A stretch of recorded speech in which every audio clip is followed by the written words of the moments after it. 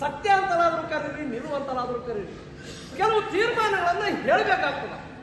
ತನಗೆ ಸಿಕ್ಕ ಮಾಹಿತಿ ಆಧರಿಸಿ ವಿಶ್ಲೇಷಣೆ ಮಾಡಿ ವಿಚಾರ ಪ್ರತಿಪಾದಿಸಲಿಕ್ಕೆ ಸಂಶೋಧನೆಯೊಳಗೆ ಅವಕಾಶ ಇದೆಯೋ ಇಲ್ವೋ? ಸಂಶೋಧಕ ಇದಕ್ಕೂ ಇನ್ನೇನ್ ಮಾಡ್ಲಿಕ್ಕಾಗ್ತದ? ಅಲ್ಲ, ತಪ್ಪಿದ್ರೆ ಮುಂದಿನವರು ಶೋಧ ಮಾಡ್ತಾರೆ.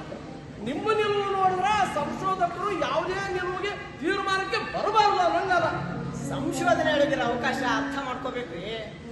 ಸತ್ಯ ಹೇಳಿಕ ಸಾಧ್ಯನೇ ಇಲ್ಲ ಅನ್ನೋ ಮನಸ್ಥಿತಿ ಒಂದು ದುರ್ಬಲ ಮನಸ್ಥಿತಿ ಅನ್ನಿಸ್ತದ.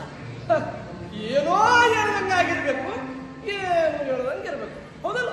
ನಿಮಗೆ ನೆನಪದೋ ಇಲ್ಲೋ, ಅವರು ವಚನಗಳ ದೋಷ ತಿದ್ದುತ್ತಾ ಹೋಗ್ತೀನಿ ಅಂತಿದ್ರು.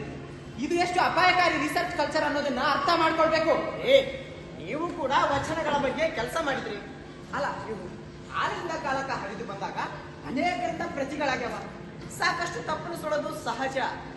ಪರಿಷ್ಕರಣೆ, ಗ್ರಂಥ ಸಂಪಾದನೆ ಕೆಲಸ, ವಿದ್ವತ್ತಿನ ಕೆಲಸ. ಅದು ಭಿನ್ನ ಪಾಠ ಉಳಿಸ್ಕೊಳ್ಬೇಕು. Culture it is very important. ಖಂಡಿತ ಉಳಿಸ್ಕೊಳ್ರಿ.